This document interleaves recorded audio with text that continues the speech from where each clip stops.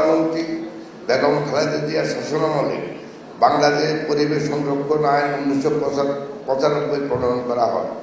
এই সময় তিনি পরিবেশগত অপরাধের বিচারের জন্য দেশে প্রথম পরিবেশ আদালত সৃষ্টি করেন। তার সময় ব্যাপক আকারে সামাজিক বনায়ন করা হয়। বর্তমানে যার অর্থনৈতিক ফল পাচ্ছে দরিদ্র জনগণ ও পরিবেশগত ফল পাচ্ছে সমগ্র দেশবাসী। আপনারা জেনে খুশি হবেন যে মাননীয় প্রধানমন্ত্রী জনাব তারেক রহমান বন, বন্যপ্রাণী, পরিবেশ ও জীব বৈচিত্র্য রক্ষায় ন্যাশনাল গ্রিন মিশন নামে 5 দফা পরিকল্পনা ঘোষণা করেছেন। এর ভিতরে আছে বৃক্ষরোপণ কর্মসূচি, জলাভূমি ও নদী পুনরুদ্ধার, ক্ষতিকর প্লাস্টিক ও শিল্প কারখানার বিষাক্ত রাসায়নিক ধীরে ধীরে নিষিদ্ধ করে পরিবেশ বান্ধব বিকল্প ব্যবস্থা গ্রহণ, জলবায়ু সহনশীল কৃষি, জলবায়ু পরিবর্তনের ঝুঁকি মোকাবেলা, দক্ষিণাঞ্চলে লবণাক্ততা সহনশীল কৃষি ব্যবস্থা এবং টেকসই অবকাঠামো গড়ে তোলা, পরিবেশ শিক্ষার ভবিষ্যৎ প্রজন্মকে সচেতন করে স্কুলের পাঠ্যক্রমে পরিবেশ ও জীব বৈচিত্র্য সংরক্ষণ বিষয়টি অন্তর্ভুক্ত করা। আমাদের সরকার অর্থনৈতিক উন্নয়নের পাশাপাশি পরিবেশগত সুরক্ষা নিশ্চিত করে এবং টেকসই স্থিতিস্থাপক বাংলাদেশ গড়ার লক্ষ্যে ইতিমধ্যে কাজ শুরু করেছেন। যেমন জবরদখলকৃত বনভূমি উদ্ধার করতে বনায়ন কার্যক্রম সম্পাদন করা,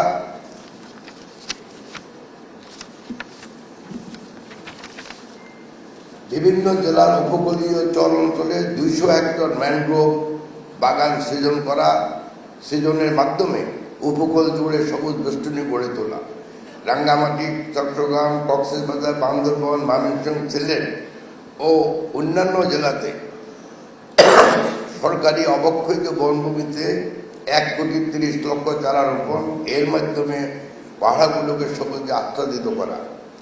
তবে যদিও আমি 1,30,00,000 বলছি, কিন্তু আমাদের সম্মানিত প্রধানমন্ত্রী ঘোষণা করেছেন যে আমরা এবছরে 5 কোটি গাছ বৃক্ষরোপণ করব।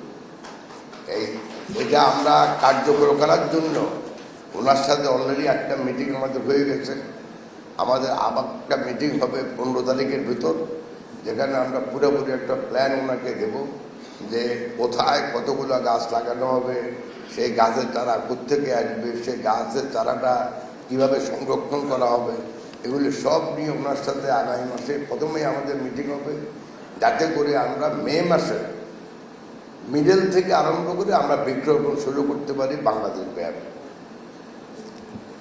যাই হোক, জীব বৈচিত্র্য সংরক্ষণের অন্যতম অন্তরায় হল বন্যপ্রাণীর শিকার, পাচার ও হত্যা।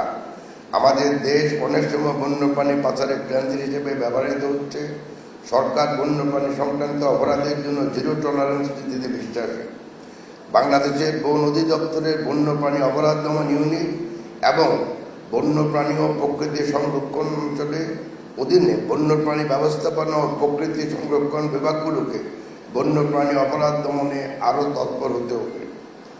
বিশ্বে প্রতিদিন গড়ে 2 লাখ হেক্টর বন তথা বন্যপ্রাণীর আবাসস্থল ধ্বংস হচ্ছে। আয়তনে ছোট হলেও বাংলাদেশ অত্যন্ত জীব বৈচিত্র্য সমৃদ্ধ। এই জীব বৈচিত্র্য সংরক্ষণের কোনো বিকল্প নেই।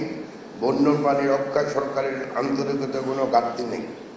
সরকার জীব বৈচিত্র্যের দেশে জীব বৈচিত্র্যময় দেশ গড়ার লক্ষ্যে নিরলসভাবে কাজ করে যাবে। জীব বৈচিত্র্য টিকে থাকবে মানুষের অস্তিত্ব। তাই বন্যপ্রাণীকে নিজেদের প্রিয়জনদের মধ্যে ভালোবাসতে হবে। আপামর জনগণ এ বিষয়ে সচেতন হলে সকলের ক্ষুদ্র ক্ষুদ্র প্রচেষ্টার মাধ্যমে বন্যপ্রাণী ও জীব বৈচিত্র্য সংরক্ষণ সম্ভব।